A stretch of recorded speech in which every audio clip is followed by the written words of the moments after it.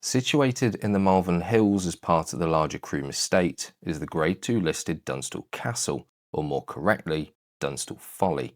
It was purposely built to look ruinous, but ironically it did later fall into ruin. This was in part due to the fact it was built mainly from limestone rubble, a porous, brittle rock that suffers from exposure to rain and frost. Two things England has in abundance. It has since been restored by the National Trust immediately after they purchased the Croome Estate in 2009. This drawing by Edward Burney in 1784 shows how it once looked, and this photo from 1966 shows it was already a ruin. Here are a selection of photos during its restoration. Nothing says I'm an 18th century British aristocrat quite like Folly. The 6th Earl of Coventry that Dunstall was built for was the proud owner of not one, not two, but 3 follies, all of them true manifestations of eccentricity and displaying a fascination with a bygone era of strength, power and conquest. If by some miracle you didn't end up with one of England's many castles in your vast estate, you could always build your own. Like the Earl, many did, resulting in follies becoming quite common in England. So did constructing your house to resemble a castle, or for the less imaginative, simply calling your house a castle when it wasn't at all. Follies were either built to look like an intact building, or in the case of Dunstall, to be a romantic ruin.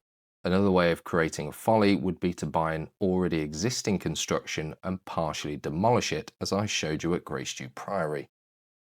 Follies can take many different forms, another example being the Hermitage at Anchor Church in Derbyshire.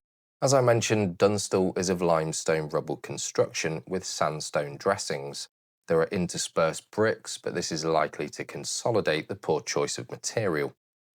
It was built by stonemason John Newman in 1766, following a design laid down by famous architect Robert Adam, according to the National Trust. However, in the Historic England entry, it states that it was designed by the equally famous Sanderson Miller. Both architects have been involved at Croome and both are known for their Gothic revival work.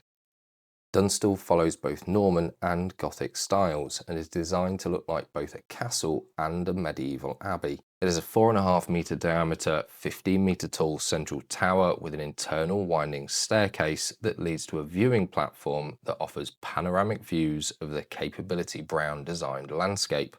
Walls protrude either side canted back, both are terminated with smaller towers. The uppermost parts of the walls and towers are crenellated, also known as battlements. The eastern wall that is capped by a round tower and flat parapet features a Norman-style semicircular archway. The wall has 2 skins, either to mimic a cutaway for a portcullis or a murder hole, or both. The tower was designed to look as though it has partially collapsed.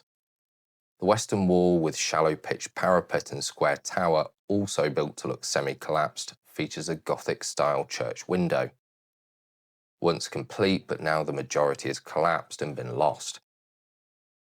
It once featured 4 mullioned lancet windows with uppermost rose window. There was also once a small groundkeeper's hut attached to the back of the folly, the hut now long gone, but the evidence of it remains on the stonework. Yet again, thank you for watching.